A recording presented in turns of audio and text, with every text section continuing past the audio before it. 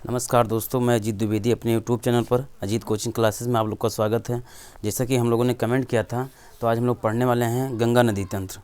हम लोग ब्रह्म सिंधु नदी तंत्र पढ़ चुके हैं, आज पढ़ेंगे हम लोग गंगा नदी तंत्र। हो सकता है इसका एक ही पार्ट हो पाए गंगा नदी तंत्र का, दूसरा पार्ट हम लोग नेक्स्ट वीडियो में लेकर आएँ या इसी में कोशिश करेंगे। इसके बाद में हम लोग पढ़ेंगे ब्रह्मपुत्र नदी तंत्र, फिर हम लोग इसके बाद में पढ़ेंगे प्रायद्वीपीय भारत की नदियाँ। तो चलिए मैं तुरंत स्टार्ट करता हूँ। देखिए, गंगा नदी तंत्र मैंने पूरा डायग्राम बना दिया है, आपको सिर्फ सारे पॉइंट नोट करना है जिससे समय ज़ाया ना हो आपका। गंगा नदी तंत्र जो है सबसे बड़ा तंत्र है। अगर इसका लंबाई देखा जाए तो 2525 किलोमीटर में है। सबसे ज़्यादा जल ग्रहण क्षेत्र गंगा नदी तंत्र में होता है। दो देशों से होकर गुजरती है। गंगा नदी कहाँ से निकलती है? देखो, दो धाराओं के मिलने से निर्माण होता है गंगा नदी का। वो कौन कौन सी धाराएँ हैं? पहली है भागीरथी, दूसरा है अलकनंदा। अलकनंदा कहाँ से निकलती है? और ये दो धाराएं निकलती कहाँ से? उत्तराखंड से हैं। तो अलकनंदा जो है सतोपथ ग्लेशियर से निकलती है, सतोपथ ग्लेशियर। इसके बाद में भागीरथी जो है ये उत्तराखंड में उत्तरकाशी जिले के गोमुख के निकट गंगोत्री ग्लेशियर से निकलती हैं।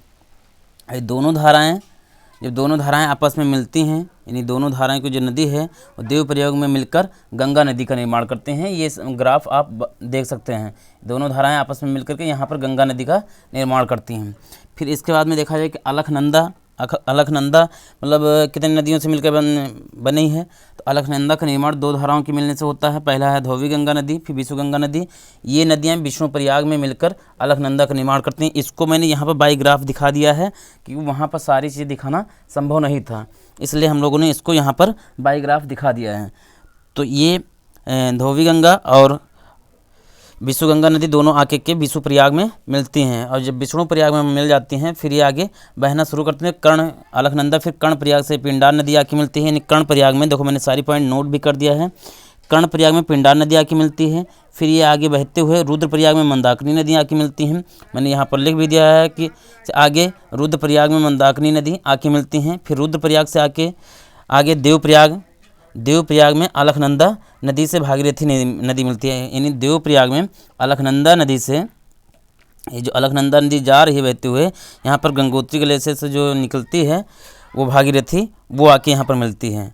फिर ये अलकनंदा नदी से भागीरथी में मिल जाते हैं। फिर ये आगे एक गंगा नदी का निर्माण करती है। तो गंगा नदी भारत में 5 राज्यों से होकर बहती हैं। कौन कौन से? उत्तराखंड, उत्तर प्रदेश, बिहार, झारखंड और पश्चिम बंगाल। सबसे ज़्यादा जल इनका कहाँ पर है? उत्तर प्रदेश में बहता है और सबसे कम झारखंड में। फिर गंगा नदी जो है सर्वप्रथम हरिद्वार में मैदानी क्षेत्र में आती हैं। गंगा नदी को अगर देखा जाए तो पश्चिम बंगाल में 2 वितरिकाओं में बढ़ जाती हैं। वितरिकाओं का मतलब जो टेढ़ी मेढ़ी लाइनें बना के नदियाँ बहती हैं। जैसे मान लीजिए कुछ नदी ऐसे ऐसे बह जाती हैं और ऐसे ऐसे, तो ये जो 2 वितरिकाएँ बन रही हैं, यानी 2 टेढ़ी मेढ़ी लाइनों में विभाजित हो जाती हैं। जब ये मैदानी क्षेत्र में आते हैं तो ये अपनी धाराओं को एक वितरिका टाइप से मतलब अपना रास्ता बना लेती हैं। तो पश्चिम बंगाल में 2 वितरिकाओं में बढ़ जाती हैं। कौन कौन से? मैंने यहाँ पर लिखा है गंगा नदी 2 वितरिकाओं में बढ़ती। पहला भागीरथी, दूसरा हुगली। हुगली नदी पश्चिम बंगाल में बहते हुए बंगाल की खाड़ी में अपना जल गिराती है। यानी हुगली नदी जो है वो पश्चिम बंगाल में बहते हुए अपना जल बंगाल की खाड़ी में गिराती है। मैंने ये बायोग्राफ आपको दिखा दिया है। इसी बंगाल की खाड़ी में जो अपने ये जल गिराती है, यानी हुगली नदी के किनारे पर आपको कोलकाता शहर इसी नदी के किनारे बसा है। यही चीज़ आपको क्लियर हो गया है। फिर मुख्य नदी जो बांग्लादेश में प्रवेश करती है, और इसी का ये बंगाल की खाड़ी यहाँ पर, ये बांग्लादेश था, तो ये इधर बंगाल की खाड़ी में अपना जल गिराती है और यहीं पर जो है कोलकाता शहर बसा है। फिर मुख्य नदी यानी मुख्य जल जो है ये अपना बांग्लादेश में प्रवेश करती है, अपना जल बांग्लादेश की तरफ लेकर जाती है। जब ये बांग्लादेश में अपने जल को लेकर जाती है तो वहाँ पर इनका नाम पद्मा हो जाता है। क्या हो जाता है? पद्मा। उधर से ब्रह्मपुत्र नदी आके इसमें मिलती है, तो ये पद्मा। दोनों धाराएं जब आपस में मिलती हैं तो इनको हम लोग पद्मा कहते हैं। फिर यहाँ मणिपुर से मेघना नदी आके मिलती है, और फिर जब दोनों धाराएं फिर आपस में मिलती हैं, मणिपुर से जब ये मेघना नदी आकर के इसमें मिलती हैं तो ये मेघना धारा कहलाती है। कौन सी? मेघना नदी कहलाती है। तो कुछ पॉइंट मैंने यहाँ नहीं लिखा था। फिर एक और नदी है, देखो, छोटा नागपुर के पठार के बीचों बीच से भ्रंश घाटी से बहने वाली दामोदर नदी पूर्व में बहते हुए हुगली नदी से मिल जाती है। यहाँ पर देखो दामोदर नदी मैंने लिख दिया। दामोदर नदी ये छोटा नागपुर के पठार के भ्रंश घाटी से ये आकर के हुगली नदी में ये भी मिल जाती है। तो इतना दामोदर नदी पूर्व में बहते हुए हुगली नदी से मिल जाती हैं। अब मैं आपको बताने वाला हूँ कि जो गंगा नदी तंत्र है इसके बाएं क्षेत्र में कितनी नदियाँ बहती हैं। पूरे दाएं क्षेत्र में कितनी नदियाँ बहती हैं, ये सारे पॉइंट मैं नोट कराने वाला हूँ।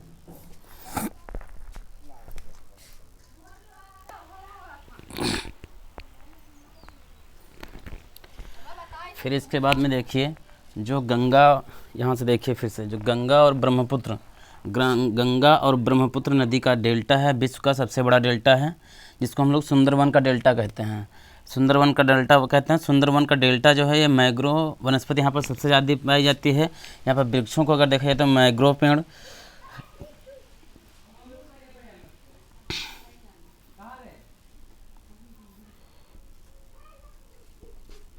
सुंदरी वन पेड़ पाए जाते हैं, कैसुरीन पेड़ पाए जाते हैं, मैंग्रोव पेड़ पाए जाते हैं। तो ये सारी वनस्पतियाँ यहाँ पर सुंदरवन के डेल्टा पर पाई जाती हैं। ये कैसे निर्माण करती हैं इसको अभी हम लास्ट में बता देंगे। जैसे मान लीजिए इधर से कोई नदियाँ ऐसे आके मिलती हैं और इधर से आके मिलते हैं, तो ये ऐसे कुछ एक डेल्टा का निर्माण करती हैं। यही डेल्टा में ये सब नदी मतलब जो है ये वन है। दूसरा है गंगा की सहायक नदी। तो गंगा के दाएं तट पर आकर मिलने वाली नदियाँ, तो पहले देखो गंगा की सहायक नदी कौन कौन सी हैं। तो गंगा की 2 सहायक नदियाँ हैं, एक तो मतलब दाएं तट से, फिर दूसरा है बाएं तट से। तो पहले हम लोग गंगा के दाएं तट पर आकर मिलने वाली नदियाँ, मान लीजिए ये नदी कुछ ऐसे ऐसे बहती है, तो इनका दायां तट देखो कौन सा होगा, ये इनका दायां तट होगा और ये इनका बायां तट होगा। अगर इधर की ये बह रही नदियाँ, तो नदी का बहाव अगर इधर की तरफ है तो ये आपका दायां तट होगा, ये बायां तट होगा। तो गंगा के दाएं तट पर आकर मिलने वाली नदियाँ कौन कौन सी, ये मुख्य रूप से प्रायद्वीपीय पठार की नदियाँ हैं। ये नदियों को मैंने बाई ग्राफ से दिखा दिया है। गंगा की एकमात्र हिमालयी सहायक नदी जो यमुना है, ये जो यमुना नदी है ये हिमालय से निकलती हिमालय से है, लेकिन ये जाती किधर है, ये गंगा के दाएं तट से होकर ये आके मिलती है। यहाँ कहाँ पर, इलाहाबाद में आके मिलती है। इलाहाबाद में ये गंगा नदी से आकर मिलती है। तो गंगा की एकमात्र हिमालयी सहायक नदी यमुना है। फिर पश्चिम से पूर्व की ओर क्रम अगर देखा जाए, यानी पश्चिम से और पूर्व की ओर अगर इनका क्रम देखा जाए, तो जो इम्पॉर्टेंट है मैंने उनको यहाँ पर लिखा है। यहाँ पर ज़्यादा से ज़्यादा मैंने दिखाने की कोशिश किया है। तो कौन कौन से, यमुना, चंबल, सिंध, बेतवा, केन, सोन, टोंस हैं। जहाँ पर यमुना अगर देखा जाए गंगा की सबसे लंबी सहायक नदी है। उत्तराखंड के बंदरपुच्छ, यानी यमुना नदी निकलती कहाँ से, इनका उद्गम स्थल यही है। उत्तराखंड के बंदरपुच्छ चोटी से यमुनोत्री ग्लेशियर से निकलती है और प्रयाग में गंगा नदी से मिल जाती है। ये उत्तराखंड के बंदरपुच्छ, यहाँ पर बंदरपुच्छ चोटी है जहाँ पर यमुनोत्री ग्लेशियर है, वहीं से ये नदी निकलती है और देवप्रयाग में आकर के ये मिल जाती हैं। इसकी अगर लंबाई देखा जाए तो 1365 किलोमीटर है। चंबल, सिंध, बेतवा, केन जो इनकी अन्य सहायक नदियां हैं, अगर इसको देखा जाए तो ये गंगा की सहायक नदी नहीं है। यानी चंबल, सिंध, बेतवा, केन ये गंगा की सहायक नदी मुख्य रूप से नहीं है।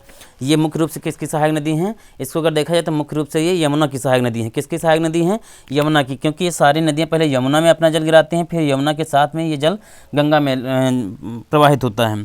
तो वही लिखा, चंबल, सिंध, बेतवा, केन गंगा की सहायक नदी हैं जो सीधे जल गंगा में न गिराकर यमुना में गिराती हैं। ये चारों नदियाँ प्रायद्वीपीय पठार के अंतर्गत मालवा पठार से मिलती हैं। ये चारों नदियाँ चंबल, सिंध, बेतवा, केन जो चारों नदियाँ हैं ये अपना यमुना में जल गिराते हैं, चंबल, सिंध, बेतवा, केन। फिर इसके बाद में टोन और सोन, केवल यही 2 नदियाँ प्रायद्वीपीय पठार से निकलकर सीधे गंगा में जल गिराते हैं। सोन और टोन्स मैं आपको दिखा देता हूँ। यहीं पर सोन और टोन्स हैं, केन्स हैं, ये सारी नदियाँ हैं। ये सोन है, फिर इधर ये टोन्स हैं, फिर ये केन नदियाँ जो उसकी सहायक नदी हैं। बेतवा है, ये बेतवा है, केन है, टोन्स हैं और ये सोन नदियाँ ये प्रायद्वीपीय पठार से इन्हें अगर देखा जाए सोन और टोन्स ये 2 प्रायद्वीपीय पठार की नदियाँ हैं जो सीधे अपना जल गंगा में गिराती हैं। इसके बाद और जितनी भी नदियाँ हैं देखो यमुना से आकर के मिलती हैं, चाहे चंबल हो, चाहे सिंध हो, चाहे बेतवा या केन, कोई भी नदियाँ जो हैं वो डायरेक्ट पहले वहाँ अपना जल गिराते हैं। देखो चंबल है, काली नदी है, बनास है, बेतवा है, ये सारी नदी पहले यमुना नदी में गिराती हैं अपना जल। टोंस नदी इलाहाबाद में गंगा नदी से आकर के मिलती हैं और सोन नदी जो है मैकाल के पहाड़ी पर अमरकंटक चोटी से निकलकर पटना के पास मिलती है। सोन नदी देखो कहाँ, सोन नदी जो है अमरकंटक की पहाड़ी से निकल करके ये पटना पर आके मिलती हैं। यानी सोन मैकाल की पहाड़ी पर अमरकंटक चोटी से निकलकर पटना के पास में आती है। यहाँ पर मैकाल की पहाड़ी है, अमरकंटक की चोटी से निकल करके ये पटना के पास आकर मिलती हैं। फिर अगर देखा जाए बाएं तट पर, ये तो तुम्हारा दाहिना तट हो गया। अब बाएं तट पर कौन कौन सी नदियाँ बहती हैं, कैसे बहती हैं। बाएं तट पर आकर मिलने वाली नदियाँ अगर देखा जाए तो यमुना को छोड़कर, देखो यमुना निकलती तो बाएं तट से, लेकिन ये आकर मिलती हैं दाहिने तट पर, तो इसलिए यमुना को छोड़कर शेष नदियों का क्रम इस प्रकार से कैसे, रामगंगा, गोमती, घाघरा, गंडक, कोसी महानंदा। रामगंगा, ये देखो रामगंगा जो है सबसे, यानी इसका भी क्रम पश्चिम से पूरब की ओर है। इसका क्रम कैसे है? पश्चिम से पूरब की ओर है। तो पश्चिम से पूरब की ओर इसका क्रम है। तो रामगंगा सबसे पश्चिमी क्षेत्र पे है और महानंदा सबसे लास्ट में है। तो रामगंगा, गोमती घाघरा, वही सारी चीज़ें लिखी, गोमती घाघरा, गंडक, कोसी और महानंदा। रामगंगा, गोमती घाघरा जो उत्तर प्रदेश में से प्रवाहित होती हैं। फिर गंडक और कोसी जो देखा जाए तो बिहार से प्रवाहित होती हैं। महानंदा जो है ये पश्चिम बंगाल और बिहार की सीमा के पर प्रवाहित होती है। रामगंगा, गोमती घाघरा उत्तर प्रदेश में प्रवाहित होती है। फिर से समझ लो, गंडक और कोसी जो बिहार से प्रवाहित होती है, बिहार में प्रवाहित होती है। महानंदा जो पश्चिम बंगाल और बिहार की सीमा पर प्रवाहित होती हैं। गोमती नदी जो है एकमात्र हिमालयी नदियाँ हैं, एकमात्र नदी है जो हिमालय से ना निकलकर, यानी गोमती नदी जो है एकमात्र नदी है जो हिमालय से ना निकलकर मैदानी क्षेत्र से निकलती है। वो भी कहाँ से? इसका उद्गम स्थल अगर देखा जाए तो उत्तर प्रदेश के तराई क्षेत्र पीलीभीत के फुलर झील के पास से निकलती है। कहाँ से निकलती है? उत्तर प्रदेश का जो तराई क्षेत्र है, उत्तर प्रदेश का तराई क्षेत्र के पीलीभीत जिले के पास में फुलर झील है, वहाँ से गोमती नदी निकलती है। गोमती नदी के किनारे अगर देखा जाए तो लखनऊ और जौनपुर, ये दो शहर इसी नदी के किनारे बसे हैं।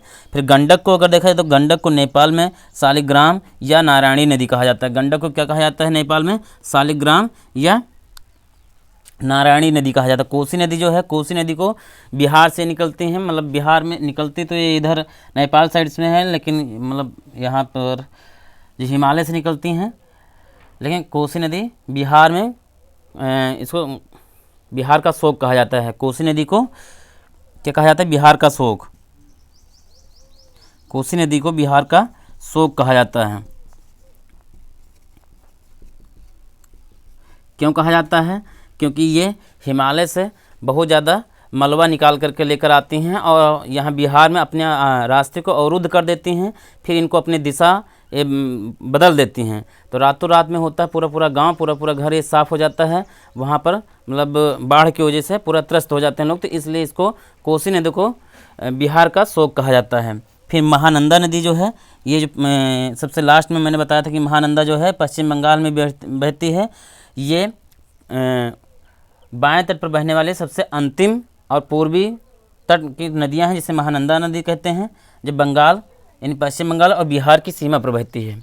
तो ये कुछ रहे हैं आपके भारत की नदियों में गंगा नदी तंत्र, जो पूर्णतः समाप्त हुआ है। अब हम लोग नेक्स्ट वीडियो में ब्रह्मपुत्र नदी तंत्र पढ़ेंगे। वीडियो कैसा लगा प्लीज़ कमेंट करके ज़रूर बताइएगा। अगर चैनल पर पहली बार आए हो तो प्लीज़ लाइक, शेयर और सब्सक्राइब करो। धन्यवाद। मिलता हूँ नेक्स्ट वीडियो में।